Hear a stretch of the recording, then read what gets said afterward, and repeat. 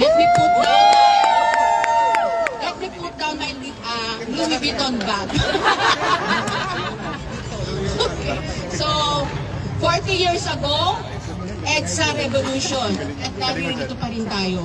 So 40 years ago, we witnessed yung mga sumunod at nabanggit nila nanay, yung mga sumunod na administrasyon ay hindi naman natugunan yung ating kalagayan sa Pilipinas. Naroon pa rin ang kahirapan, kagutuman, mababang sahod at patuloy na paglabag sa karapatang pantao.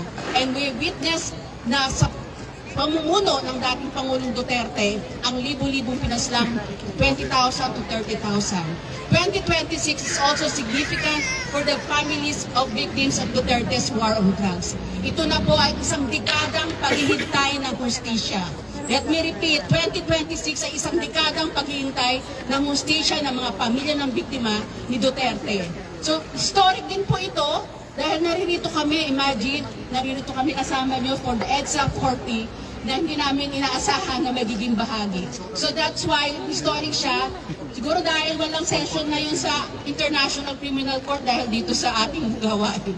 So, yun, salamat ICC. So nakapagtipon tayo para muli ay gunitain natin yung ating sama-samang pagkilos na napatalsik natin ang diktador na si Marcos Sr.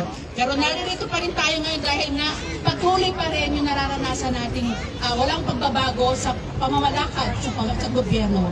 Kaya kitang-kita po na sa taong ito, naririto kami upang minsan pa kami ay maging bahagi dito sa historic moment sa International Criminal Court.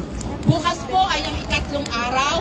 Sana po ay samahan niya pa rin kami, lalo-lalo na po ang mga pamilya ng biktima na patuloy na naghahanap ng hustisya. Magkaisa po tayo at kung pinakita natin 40 years ago, saan man tayong dako naroon, ay ating sama-samang pagkilot at sama-samang pagkilot para sa katarungan, para sa kapayapaan at para sa panlipunang pagbabago. Duterte, panagutin! Duterte, panagutin! Duterte!